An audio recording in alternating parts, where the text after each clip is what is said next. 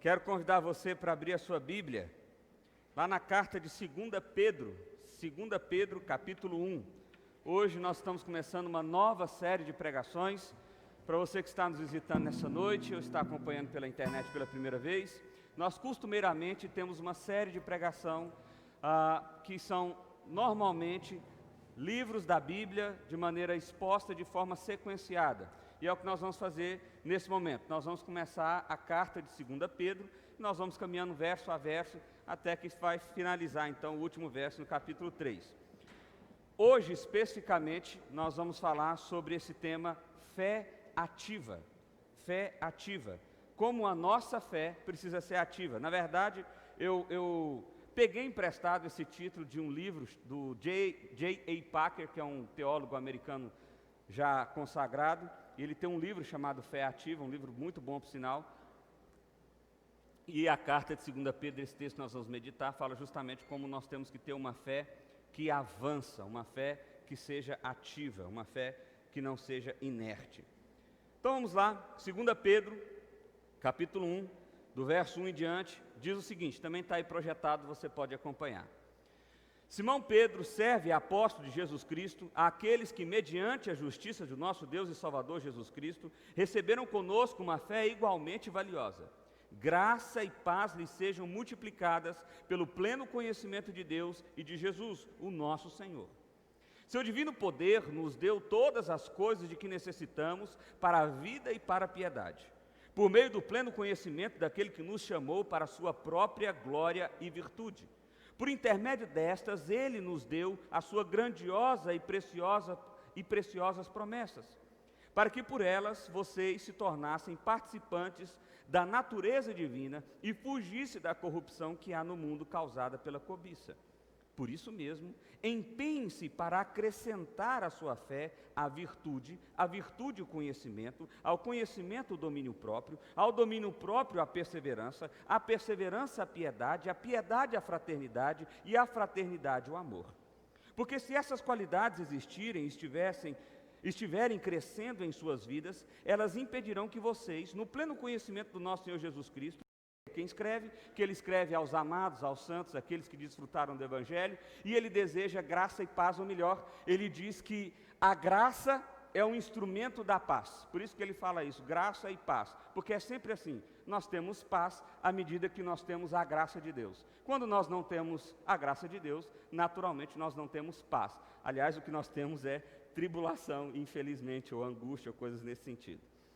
Feita a apresentação inicial ali, Pedro começa então de fato a falar o que ele quer que as pessoas entendam. E a primeira coisa é que Cristo Jesus nos deu tudo. Olha só, verso 3 diz o seguinte: seu divino poder nos deu todas as coisas de que necessitamos para a vida e para a piedade. A primeira coisa que Pedro está dizendo para nós é o seguinte: olha, Jesus Cristo nos deu condições de exercer a fé, o Evangelho, e Ele nos deu absolutamente tudo o que precisamos. Nós estamos numa caminhada, por exemplo, no livro de Salmos, e nós estamos vendo ali uma sequência dos Salmos de Davi. Primeiro ele foi perseguido pelo rei Saul, depois ele foi perseguido pelo seu filho Absalão, e nós estamos vendo que Davi está angustiado, com lutas e lutas travadas na sua alma e travadas também por conta da perseguição que ele estava passando. Mas uma coisa interessante é que Davi começa a ter coragem de encarar os problemas, começa a ter condições de encarar as dificuldades, começa a ter paz no meio da angústia, mesmo às vezes diante de uma ameaça de morte iminente, quando ele lembra quem ele é e quando ele lembra quem Deus é. E aí, quando ele começa a olhar as coisas da perspectiva de Deus, ele começa a encarar a vida de uma forma diferente. O que Pedro está querendo lembrar para aquela igreja é o seguinte: olha, vocês podem estar com medo, vocês podem estar inseguros, vocês podem estar angustiados, mas eu quero lembrar uma coisa para vocês. O Evangelho, através de Cristo Jesus, te deu tudo. E o que é esse tudo, meu irmão? O que é esse tudo? Olha só, o texto continua dizendo o seguinte: Ele nos deu tudo para que a gente possa ter uma vida de piedade. Aqui deixa eu explicar uma coisa dessa palavra piedade. Quando eu entrei no seminário, eu ouvia muitas expressões dos meus professores dizendo assim, dos grandes teólogos e pastores da história, falando assim, aquele homem teve uma vida de piedade. E eu sempre que penso na palavra piedade, chamando alguém de vida de piedade, eu penso na seguinte cena, alguém andando assim, ó, em câmera lenta, uma cara de dor, de sofrimento, uma pessoa que fala baixinho. Eu pensava nisso, uma pessoa de piedade é isso, uma pessoa assim. Mas não tem nada a ver com isso. A ideia de vida de piedade aqui, que Pedro está trazendo para nós e que a Bíblia trabalha, e que também era trabalhada na vida dos grandes homens, era uma vida em adoração a Deus. Era uma vida de entrega a Deus, de devoção a Deus. Era uma vida em que as pessoas adoravam a Deus e seguiam a Deus. Então isso é que é uma vida de piedade. Então, Jesus nos deu, através do seu poder, toda a condição para termos uma vida de piedade. Amém? Mas isso é bom mesmo? A gente quer mesmo ter uma vida de piedade? Vamos olhar o texto para a gente tentar entender algumas coisas. Olha só. Por meio do pleno conhecimento daquele que nos chamou para a sua própria glória e virtude. O que significa receber tudo de Cristo? Significa ter o conhecimento de Cristo, e a palavra conhecimento aqui não tem a ver só com saber informação, não tem a ver só com saber sobre, mas tem a ver com relacionar sobre, é relacionar com. Então, através do relacionamento com Cristo, Ele nos chamou para a sua própria glória e virtude. Agora aqui a coisa começa a ficar legal. Jesus, através do seu poder e da obra na cruz, nos concedeu o privilégio de desfrutarmos da glória dEle e da virtude dEle. Será que isso é bom? Isso é ótimo. Ele está chamando a gente para caminhar com Ele. Pensa numa pessoa importante ou que você admira, e de repente essa pessoa liga para você. Alguns teriam até, meu Deus, o fulano está me ligando, gente, nunca pensei. Agora imagine o rei do universo rasgando os céus, vindo ao seu encontro para se relacionar com você. É isso que Pedro está nos lembrando aqui. Ele nos deu tudo quando Ele se relacionou conosco. E como que a gente vive essa experiência? Verso 4. Por intermédio dessas, Ele nos deu as suas grandiosas e preciosas promessas, para que com elas vocês se tornassem participantes da natureza divina. Ele nos concedeu, e a palavra promessa aqui é muito interessante, que ela não é um negócio assim, vamos marcar da gente sair um dia? E aí a pessoa, opa, vamos. Ninguém nunca liga. Não é assim? Não é esse tipo de promessa.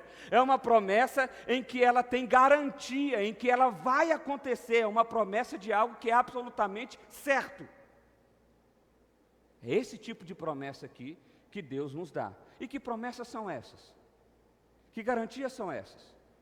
Para a gente entender isso, a gente precisa recapitular o que é o Evangelho. Então, rapidamente, eu vou dividir o Evangelho aqui em 4 partes, tá bom? Primeira parte é a criação. Deus criou todas as coisas. Deus deu ao homem a oportunidade de cuidar de tudo aquilo que Ele criou. Adão e Eva lá no Jardim do Éden, aquele negócio todo. Mas o homem caiu, aí vem a queda. Ele preferiu desobedecer o homem, preferiu comer da árvore do conhecimento do bem e do mal, preferiu ser igual a Deus, e por causa disso perdeu o relacionamento com Deus. Perdeu a condição de se relacionar com Deus, perdeu a sua condição de filho, perdeu a condição de ter relacionamento com o Senhor, Criador de todas as coisas. É isso que a queda trouxe. Agora vem Jesus, a redenção. Jesus vem, o próprio Deus encarnado, se faz homem, morre na cruz pelos meus e pelos seus pecados, não sendo culpado de absolutamente nada, ou seja, Ele morre como inocente, porque nós somos culpados, Ele paga o meu e o seu pecado, e aí Ele ressuscita ao terceiro dia, vencendo a morte, e agora Ele diz para nós, porque eu venci, vocês são vencedores. Essa é a redenção. E o que nós estamos esperando? O que é chamado de glorificação. O que é a glorificação? O dia em que Jesus virá novamente, resgatará todos aqueles que se tornaram filhos dele, que creram nele, que se entregaram a ele, e ele vai resgatar então a esses para habitar com ele eternamente. Vai ser aqui mesmo na terra. O livro de Apocalipse nos mostra isso. Jesus vai destruir esse negócio aqui todo, vai reconstruir, vai ficar uma terra 2.0 e nós vamos viver aqui por toda a eternidade. Essa é o resumo mais simples possível do Evangelho, do que é o Evangelho. E é nessas promessas que nós cremos. São nessas garantias que nós vivemos. É com isso que nós nos tornamos participantes da natureza divina, porque nós seremos filhos de Deus na vida eterna, habitando com Ele eternamente. Nós participaremos disso. Você já pensou o que é jogar a bola com Jesus? Porque Jesus é perfeito, então eu penso que ele deve ser assim. Ronaldinho Gaúcho não deve ser nada perto de Jesus. Mas é esse tipo de coisa. Nós vamos habitar eternamente num relacionamento profundo com Cristo. E é por isso que nós precisamos crer nas promessas e nas garantias. E por que Jesus fez tudo isso? Para que eu e você fugisse da corrupção desse mundo causado pela cobiça. A palavra cobiça aqui também significa luxúria, desejo irrefreável. Sabe quem que descobriu isso? Facebook, Instagram, Twitter. Se você assistir um documentário que tem na Netflix chamado Os Dilemas da Rede, você talvez vai querer cancelar seu Facebook, seu Instagram, tudo isso. De maneira bem simples, o que aquele documentário mostra é uma coisa que a gente já sabe, mas que a gente não para pensar nisso. O Facebook, o Instagram e todas essas redes sociais estão analisando o que a gente vê, quando a gente vê, por quanto tempo a gente vê. Para quê? Para que eles possam vender o melhor produto possível para mim e para você. Por quê? Porque parece que o Facebook e o Instagram descobriu o que Pedro está falando aqui, que o nosso coração, ele é cobiçoso, ele é cheio de luxúria, ele é cheio de desejo irrefreável. Você já observou que você estava conversando sobre, sei lá, viajar? E aí você fala, podia ir para a praia, podia ir para a praia, podia ir para a praia, podia ir para a praia. De repente você abre o Facebook com a propaganda da praia. Você fala, uai, esse cara está me espiando. E a verdade, está mesmo. E aí você ignora. Mas aí ele vai te fazer propaganda novamente. E as propagandas vão ficando mais agressivas, com o objetivo de alcançar o seu coração cobiçoso, o seu coração de desejos irrefreáveis. E é assim, olha para você ver, quem é vendedor aqui sabe disso. A tática para vender alguma coisa é você não deixar o cliente sair da loja. Então você tem que pegar o cliente, quando ele entrou na loja, você tem que fazer de tudo para vender aquele produto, porque ele não pode sair de lá. Porque se ele sair de lá, a possibilidade dele voltar para comprar aquele produto é muito pequena. Então, o que o vendedor tem que fazer? Despertar sonhos, desejos, vontades, para que a gente possa comprar aquele produto. Mais uma vez, essas táticas são utilizadas, por quê? Porque o nosso coração é cobiçoso. Agora, observe que o contraste aqui de Paulo, o contraste aqui de... Espera aí, gente, o meu negócio aqui travou, você acredita? Aí. O contraste aqui de Pedro é justamente isso. Jesus veio, resgatou vocês, para que vocês tivessem um relacionamento com Ele, e para que vocês então pudessem ter força o suficiente para fugir dessa realidade do mundo, e não ficar preso naqueles desejos que o mundo lhes apresenta. Esse é o objetivo. Ele deu tudo para que vocês possam ter força para vencer o mundo. Essa é a caminhada.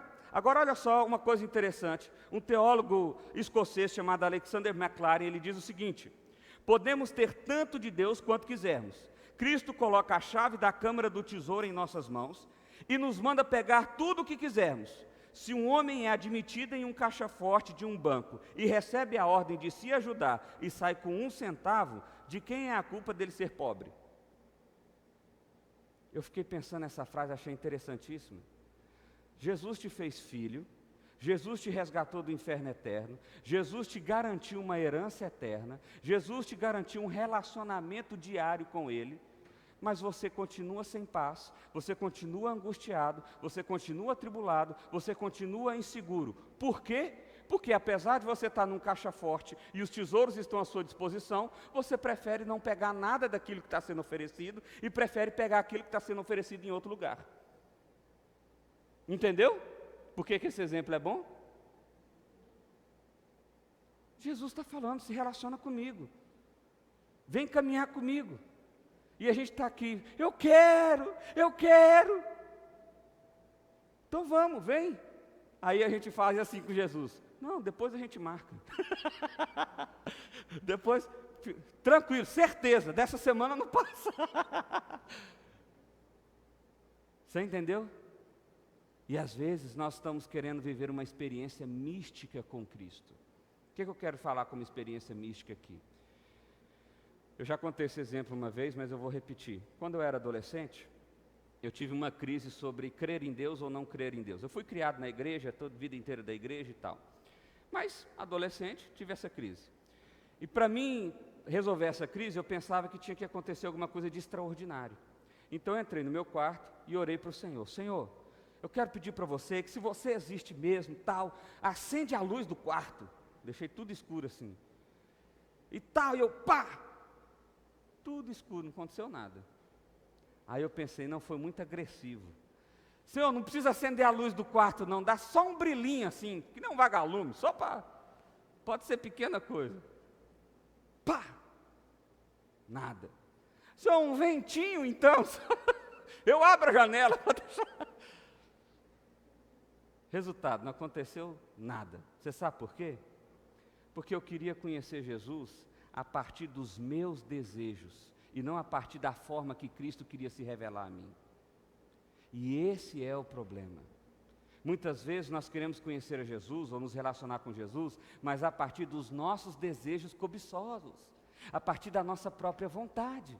E de repente Jesus, o Deus encarnado, está dizendo, olha, eu quero me relacionar com você, meus braços estão abertos para receber um coração quebrantado, mas para você caminhar comigo, é assim que funciona.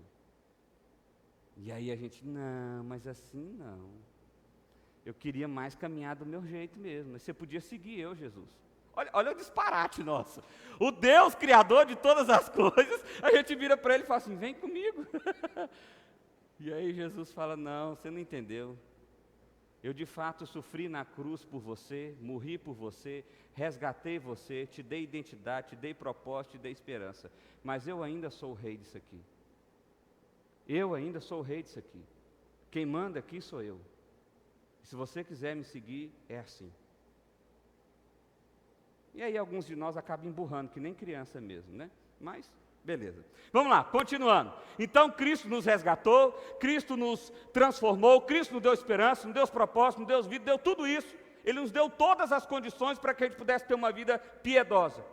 E alguns de nós até entendem essa lógica toda do Evangelho, alguns de nós até aceitam com tranquilidade a ideia de que Jesus encarnado, Deus e etc, e nos salvou e etc e tal, mas tem dificuldade em, a partir do momento que entende isso, desenvolver isso. E a fé não é alguma coisa que eu recebo e guardo. A fé é alguma coisa que eu desenvolvo. E é essa a preocupação de Pedro, porque Pedro está indo embora, a igreja está ficando, ele vai morrer, e ele quer que essa igreja entenda que ela precisa crescer, que ela precisa se desenvolver. E é por isso que ele vai colocar isso de maneira mais detalhada aqui. A partir do verso 5 ele diz o seguinte: por isso mesmo, empenhe-se para acrescentar à sua fé a virtude o conhecimento, ao conhecimento o domínio próprio a perseverança a piedade a fraternidade ao amor.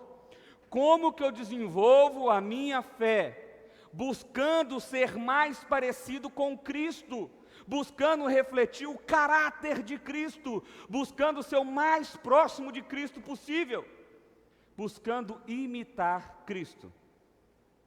Que nem uma criança imita o pai. Ontem aconteceu uma cena muito legal. O Isaac estava lá almoçando, na cadeirinha lá, daquelas cadeirinhas de almoçar. E eu estava sentado no chão, almoçando também, no chão da cozinha. E aí eu fiz assim. Aí ele riu, aí eu fiz de novo. O que você acha que ele fez depois? Mas por que ele fez isso? Porque de alguma forma, para ele, eu sou uma referência. Eu sou alguém a ser imitado. Agora, quem é a sua referência? Quem você está buscando imitar? Quem você está buscando seguir? Quem? Porque se for Jesus, Pedro está dando uma dica aqui para nós. Você tem que empenhar-se em acrescentar a sua fé. E como que a minha fé vai crescer? Alguns pensam que é orando durante 7 dias, durante 24 horas por dia. E isso não é ruim não, orar é show de bola. Mas só orar não vai resolver o problema, não. Porque olha só o que Pedro está dizendo. Você tem que mudar o seu caráter, o seu modo de vida. Então você precisa acrescentar à sua fé virtude. Virtude é uma ideia de excelência moral. Você tem que ser uma pessoa de caráter, uma pessoa íntegra. E aí você tem que acrescentar o virtude, o conhecimento. Que conhecimento é esse? É aquele conhecimento relacional. Não é absorver informações. Informação é importante para eu conhecer, mas eu preciso me relacionar com ele. Ao conhecimento, domínio próprio. Olha só que coisa interessante. Se eu sou uma pessoa de caráter, se eu conheço a Cristo e me relaciono com ele, o terceiro passo, porque isso aqui é meio que uma escadinha, é domínio próprio. Rapaz, e o tal do domínio próprio é difícil, hein? Quem é casado aqui sabe disso. O tal do domínio próprio, eu vou falar um negócio para você. Mas eu preciso buscar ter domínio próprio, para que a minha fé se desenvolva. Observe que o contrário também é verdadeiro. Se eu não busco domínio próprio, se eu não busco conhecimento, se eu não busco a piedade, a virtude, perdão, o que eu tenho? Uma fé fraca, uma fé frágil. Bom, então vamos lá, nós estamos no terceiro ainda, domínio próprio. Domínio próprio é isso mesmo, domínio próprio, domínio do interior, domínio da alma, domínio dos impulsos. Ao domínio próprio, acrescente perseverança. Perseverança aqui tem uma ideia muito interessante, é a ideia de continuar de maneira animada e submisso a alguém ou a algo. Como que eu vou perseverar então? Eu só vou perseverar com ânimo se o meu coração estiver em submissão a Cristo. A Cristo, senão eu não tenho força para continuar a caminhada. A perseverança eu acrescento a piedade. O que é piedade? A adoração, veneração, entrega de louvor a Deus. A piedade eu acrescento a fraternidade. Fraternidade é amor de irmão. Eu e minha irmã sempre brigamos muito. Eu acho que até hoje, se a gente ficar 20 dias juntos, vai ser meio complicado. A gente sempre brigou muito, mas tem uma cena interessante. Se eu e minha irmã estiver em qualquer ambiente e ela estiver chorando, seja pela razão que eu não sei, cheguei no ambiente e ela está lá chorando, eu começo a chorar junto com ela. E o contrário também é verdadeiro, porque há uma conexão, é aquele negócio de parente mesmo, a gente briga, mas se ama, a gente está ali junto. Sabe com quem pode contar? É com eles mesmo. É esse tipo de amor que Pedro diz que nós devemos desenvolver. É um amor de entrega, de relacionamento. E aí, para não ter dúvida, ele acrescenta, por fim, o amor mesmo. O amor aqui é a palavra ágape, que é um amor incondicional. Digamos que aqui, quando você chega nesse amor aqui, você está pertinho de Jesus. Entendeu? Olha só a lógica. Como que eu desenvolvo a minha fé? Primeiro, caráter, virtude. Segundo, conhecimento, eu preciso conhecer, aprender sobre, relacionar com. Terceiro, domínio próprio, dominar os desejos, os impulsos do meu coração. Quarto, perseverança, caminhar animado, olhando para o futuro, mas sempre submisso a Cristo. Quinto, piedade, a minha caminhada em adoração a Deus. Olha que estranho, parece que piedade não tinha que ser primeiro.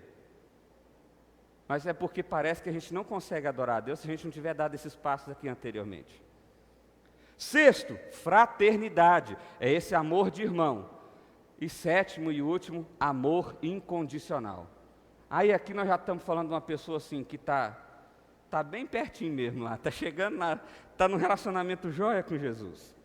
Olha só, quando eu acrescento todas essas características, quando eu busco viver essa fé, uma fé ativa, uma fé de desenvolvimento, uma fé que evolui, uma fé que cresce, Pedro está dizendo, por que vocês têm que fazer isso? Verso 8, porque se essas qualidades existirem e estiverem crescendo em suas vidas, elas impedirão que vocês, no pleno conhecimento do nosso Senhor Jesus Cristo, sejam inoperantes e improdutivos.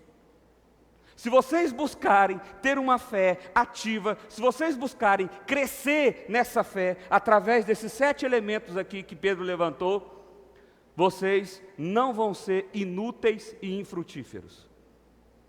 Porque a consequência de alguém que não desenvolve a fé, é que ele é alguém que não faz nada, É o tal do inútil aqui, do inoperante, do inerte, do parado, e ele é infrutífero.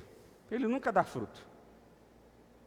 Ninguém tem curiosidade de aprender sobre Jesus com a vida desse indivíduo que a fé dele não está crescendo. Como é que eu vou buscar saber sobre Jesus, mesmo que eu saiba que o indivíduo tem religiosamente uma decisão sobre, eu sou presbiteriano, eu sou assembleano, eu sou batista, enfim, eu religiosamente tenho um compromisso, mas a vida do indivíduo é uma bagaceira danada. Ele não tem domínio próprio, o caráter dele é duvidoso, ele não adora ao Senhor. Como é que eu vou? Você acha que alguém vai chegar e falar assim, rapaz, eu queria saber mais sobre Jesus aí, estou vendo que você está... Alguém vai chegar assim? Claro que não. Essa pessoa vai manifestar o fruto aqui é no sentido de espalhar o Evangelho mesmo, vai. Não, essa pessoa vai mostrar as mãos de Cristo, amando alguém, acolhendo alguém, servindo alguém. Não, por quê? Porque essa pessoa, do qual ela não desenvolve a fé, ela é uma pessoa que na verdade nem cristã não é, mesmo que ela tenha declarado isso religiosamente para o mundo. Pastor, mas que é isso? Como é que você fala que não é cristão? Não é eu não, olha só. Verso 9, acompanha comigo. Todavia, alguém que não as tem está cego, só vê o que está perto, esquecendo-se da purificação dos seus antigos pecados. Alguém que não desenvolve essas características, alguém que não busca desempenhar-se ou crescer na sua fé, a partir disso que Pedro está nos ensinando aqui, é alguém que é como um cego. Mas pior, é um cego que acha que vê. Se ele não for cego, Pedro está falando que ele é míope. Porque quando a nossa Bíblia aqui traduziu como só vê de perto, mas a palavra aqui é míope, de miopia. Por que de perto? Ele está trabalhando uma ideia temporal. Você já viu aquele crente, e aqui eu não sei se todos aqui são crentes assim, mas você certamente conhece essa história. Alguém que já é crente há muito tempo, muitos anos, mas o cara não... Ele nem fala de Jesus mais com entusiasmo. Ele não fala mais do Evangelho com entusiasmo. Ele já desanimou, já chutou o balde, já largou a mão. Eu vou na igreja, porque na dúvida, se esse trem de inferno existir mesmo, pelo menos eu estou indo lá. Sabe, esse tipo de pessoa. E aí, Pedro está falando para nós aqui, não. Ele esqueceu. O coração dele não é mais aquecido, não é porque ele ora mais ou porque ele ora menos, não é porque ele vai na igreja ou vai menos na igreja. O coração dele não está aquecido porque ele esqueceu da realidade do Evangelho. Ele esqueceu o que Cristo fez, ele esqueceu que Cristo pagou os pecados dele na cruz, ele esqueceu que Cristo fez isso para que ele fosse filho, ele esqueceu que Cristo fez isso para que ele tivesse uma promessa de vida eterna, uma promessa certa, algo que era absolutamente realizável. Ele esqueceu que em Cristo ele tem identidade, ele tem propósito, ele tem esperança. Ele esqueceu disso, e por isso Pedro está dizendo, é como míope, ele não consegue ver mais adiante, e nem para trás, e nem para frente. Esse é o problema de alguém que não desenvolve a fé. Francis Chan, ele diz o seguinte: Pedro escreve em sua carta que devemos fazer todo esforço para cultivar qualidades de caráter semelhantes às de Cristo.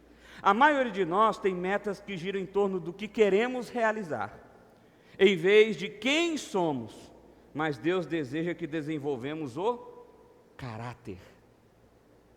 Eu, por exemplo, tenho uma meta, eu preciso emagrecer. É urgente.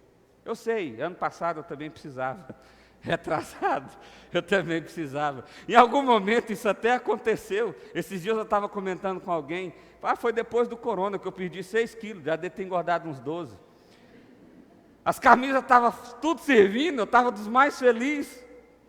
Agora para vir para a igreja eu não tenho nem opção de camisa, assim, é entre 2 ou 3 ali, porque é as que servem.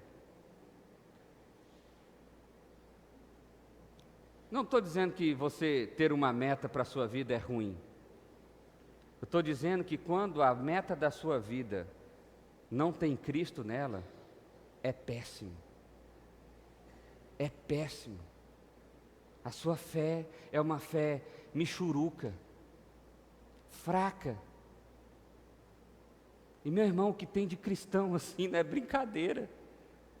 Olha o exemplo. Imagina alguém dizendo que o mundo vai acabar, que um cometa está vindo, a NASA mostrou, o cometa está vindo, vai explodir, vai matar todo mundo. Um cristão deveria olhar para essa cena e sentir o quê? Chegou a hora. Uhul! É Jesus, meu amigo. Viu? Você não acreditou? Falei para você.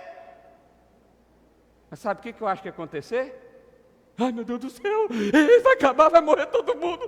Eu não estou vendo nem Jesus. Será que é Jesus mesmo, meu Deus do céu? Ai, meu Deus do céu. Porque é uma fé fraca. Fraca. É uma fé fraca.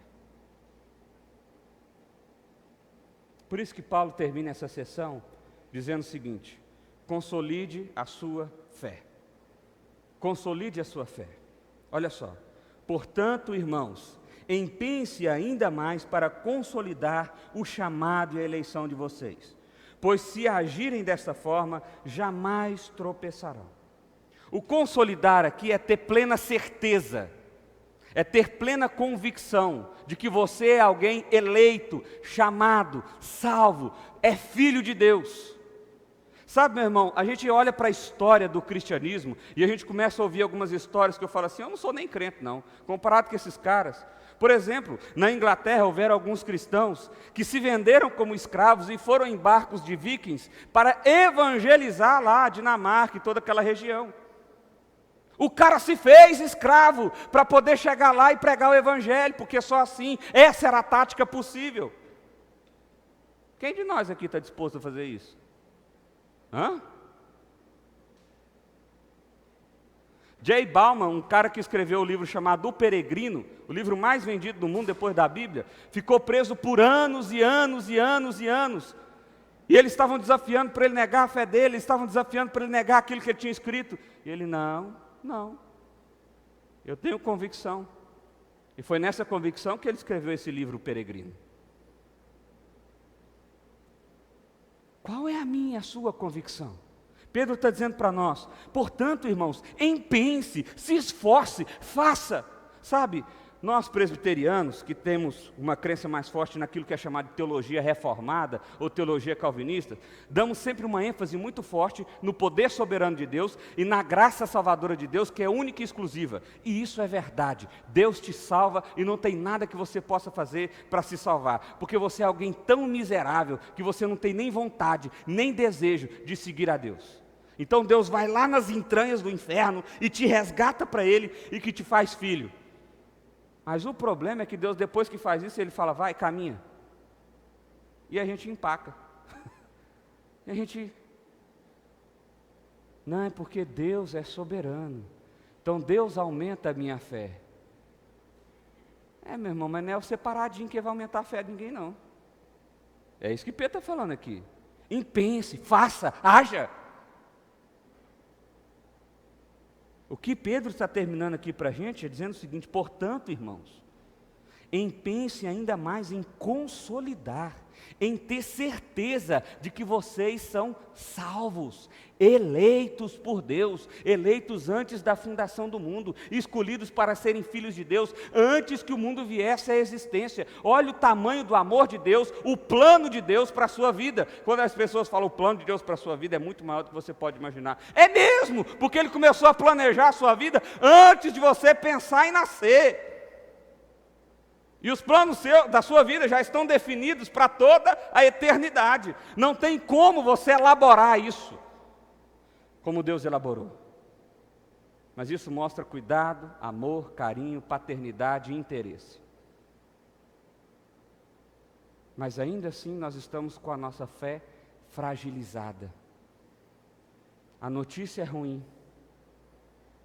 Chegou a notícia ruim. Na minha casa, na sua casa.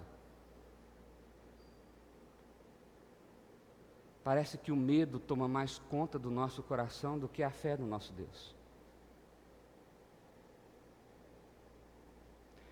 Certa feita aconteceu uma revolução na Inglaterra. Primeira vez que um rei foi morto por uma revolução. E quem matou foram cristãos protestantes, chamados puritanos. Eles montaram um exército E eles foram para cima do exército, então, da Inglaterra, daquele momento, porque o exército da Inglaterra, o rei, queria perseguir todos os protestantes, então foram para a guerra. Só que os protestantes venciam as guerras, sabe por quê? Porque eles tinham tanta convicção de quem eles eram e para onde eles iam, que eles não tinham medo de nada. Então, não interessa se tinha armadilha, não interessa se tinha estratégia, eles enfiavam no cavalo, saía correndo, e a machadada e faca e o pau quebrava. E do lado de lá o outro exército ficava assim: rapaz, não tem jeito de lutar com esses homens não, eles têm medo da morte. Por quê? Porque eles sabiam quem eles eram. A fé deles estava consolidada. A minha pergunta para você é: a sua fé está consolidada? A sua fé está firme? Você está seguro de quem você é? Você está seguro que você é alguém salvo, eleito, escolhido, amado por Deus? Você está seguro disso, meu irmão? Porque se você não estiver seguro disso, meu irmão, os ventos fortes virão, os desejos cobiçosos do seu coração surgirão, tentações irão vir ao seu encontro. E se você não estiver firme em Cristo, enraizado em Cristo, se você não tiver certeza de quem você é em Cristo, o bicho vai pegar para o seu lado. Pedro diz: quem pensa assim, quem tem essa fé consolidada, jamais tropeçará, jamais vai abandonar, jamais vai. A gente dá uma titubeada daqui e dali, mas igual aqueles bonecão do poço, parece que vai cair, vai levanta. Verso 11 ele diz assim: e assim vocês estarão ricamente providos quando entrarem no reino eterno do nosso Senhor e Salvador Jesus Cristo. Amém. Glória a Deus, meu irmão. Pedro está dizendo: se você desenvolve a sua fé, se você consolida, está seguro de quem você é, por causa de Cristo, não é por causa de você não, é por causa dele mesmo. As pessoas perguntam assim: eu posso ter certeza da salvação? Depende. Antes eu respondia de cara: pode ter certeza da salvação. Agora eu não respondo mais não, eu falo depende. Depende de quê? Depende de quem te salva. Se é Jesus que te salva, você pode ter certeza. Agora, se é você, se são as suas obras, se depende do que você faz, se é a igreja que você vai, se é o pastor que você ouve, se é o livro que você lê, eu no seu lugar ficaria preocupado. Eu no seu lugar ficaria mais com medo assim. Mas se é Jesus, você pode ter certeza absoluta da sua salvação, porque a obra dele é plena, é perfeita e jamais falha. O que fazer então? Vamos lá. O texto já foi bastante prático conosco, mas vamos tentar destacar algumas coisas aqui. Primeiro, saiba que Jesus já lhe deu tudo o que lhe é necessário para uma vida de adoração. Pastor, eu estou sem força para orar. O que eu faço? Aprende sobre Jesus. Porque o seu problema não são as circunstâncias. O seu problema não é o que está acontecendo na sua vida. O seu problema é que você está míope e que você, por algum momento, se esqueceu de quem é Jesus e do que Ele fez por você.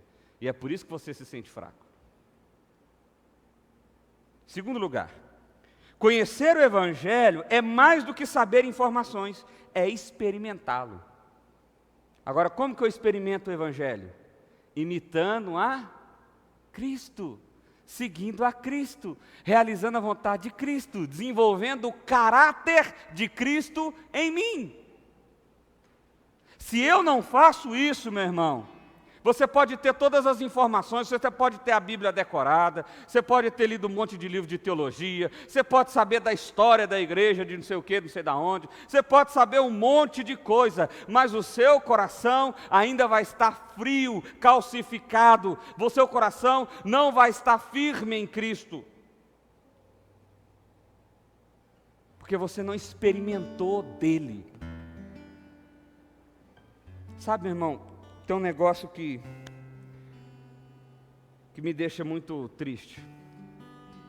Recentemente eu gravei um programa sobre isso com os meninos, que a gente está fazendo um projeto do papel de pão, mas eu sou uma pessoa muito emotiva, no sentido de, Vou dar um exemplo para vocês. Eu fui visitar um amigo meu, e ele é muito formal, muito sério, e o filho dele de 4 anos virou para ele e falou assim, a gente estava saindo, a gente tinha almoçado junto, papai, eu posso subir no seu pescoço?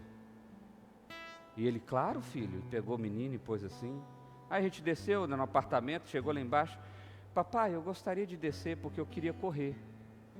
Claro filho, pôs, correu. E eu falei, caramba. Cheguei em casa e falei para a Ju, contei a história. Falei assim, o Isaac nunca vai fazer isso. Porque eu sou espalhafatoso, eu falo alto. Formalidade não é comigo, zero formalidade. Eu não estou dizendo que é uma coisa boa, uma coisa ruim. O que eu estou dizendo é que eu e você precisamos experimentar a Cristo do nosso jeito. Sabe, tem gente que acha que para um culto ser uma experiência arrebatadora, tem que ter acontecido alguma coisa aqui. Agora eu vou dizer um negócio para você, se você não está achando que esse culto é fogo puro, você tem um problema de temperatura aí. Porque os ar-condicionados estão no máximo, nós estamos morrendo de calor.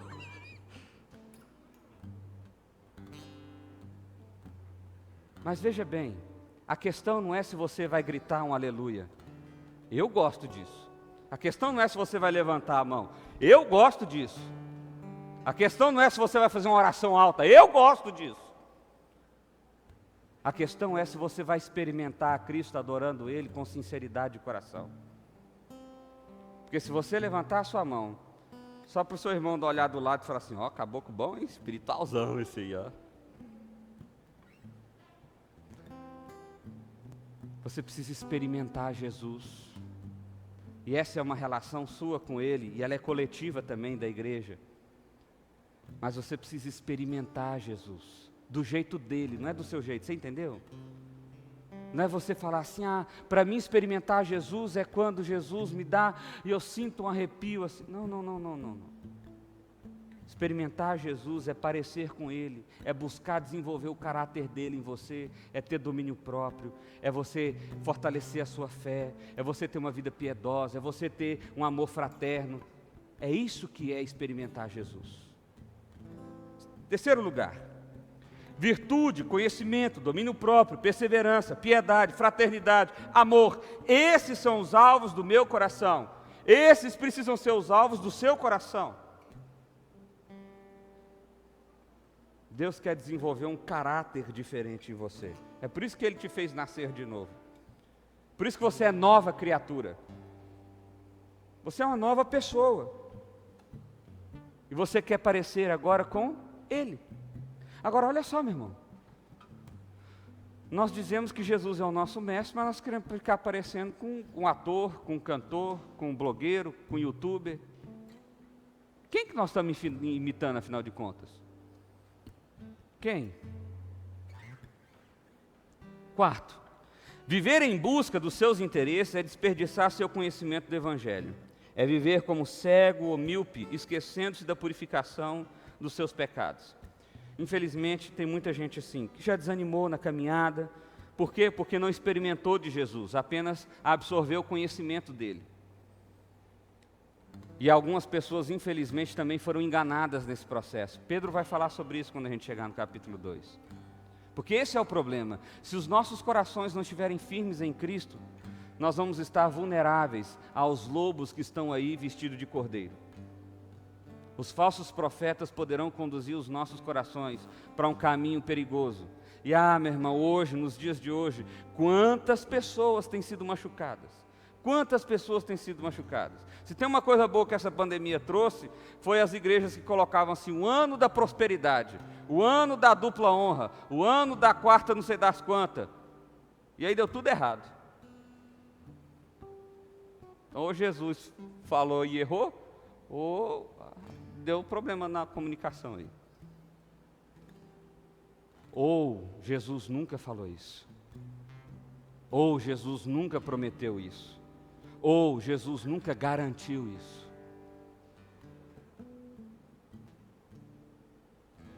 Quinto lugar, em Cristo temos certeza da salvação, mas só experimentamos essa realidade ao ponto de termos certeza quando buscamos a Cristo.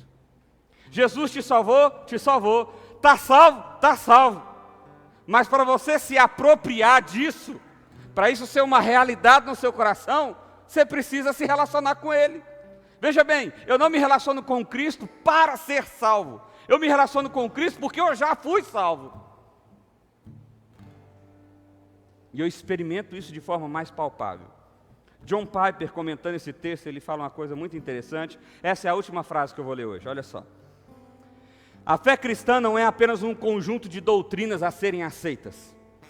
É um poder a ser experimentado. Irmãos e irmãs, acreditar em coisas sobre Jesus Cristo não salvará ninguém.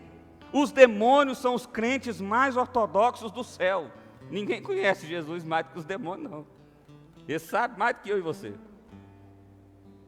É o poder divino que salva. Se o poder de Deus não flui em sua vida e o torna piedoso, você não pertence a Cristo. A marca da filiação é o poder divino e a marca do poder é a piedade, o que significa amor pelas coisas de Deus e andar nos caminhos de Deus. Como que eu sei que eu estou crescendo na minha fé? Eu tenho amado mais a Deus ou mais o meu coração? Eu tenho buscado mais a Deus, parecer mais com Deus, ter domínio próprio, ter caráter, ter uma virtude, ter piedade, ter adoração, ter amor, ter fraternidade? Eu estou chutando balde todo mundo, levantou a voz comigo, é na cara. Como é que você está vivendo?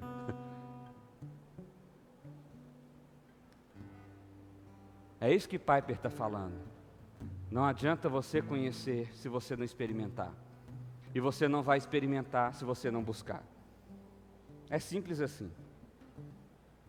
Simples assim. Que nós tenhamos uma fé ativa no Senhor Jesus. Amém? Amém.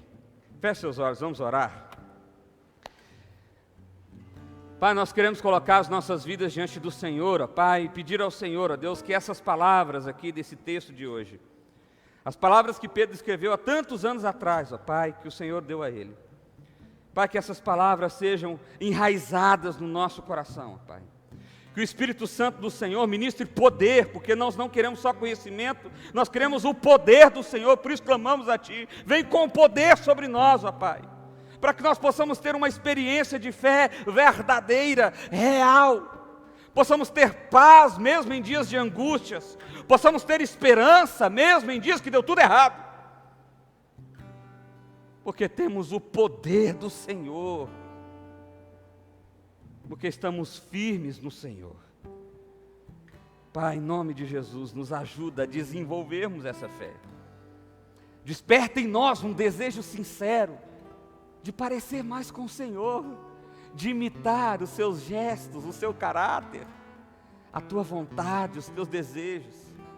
Pai, em nome de Jesus, arranca de nós esse coração cobiçoso, entrega desejos impulsivos e nos dá um novo coração, um coração piedoso, adorador, um coração, ó Pai, que vive para a glória do Senhor.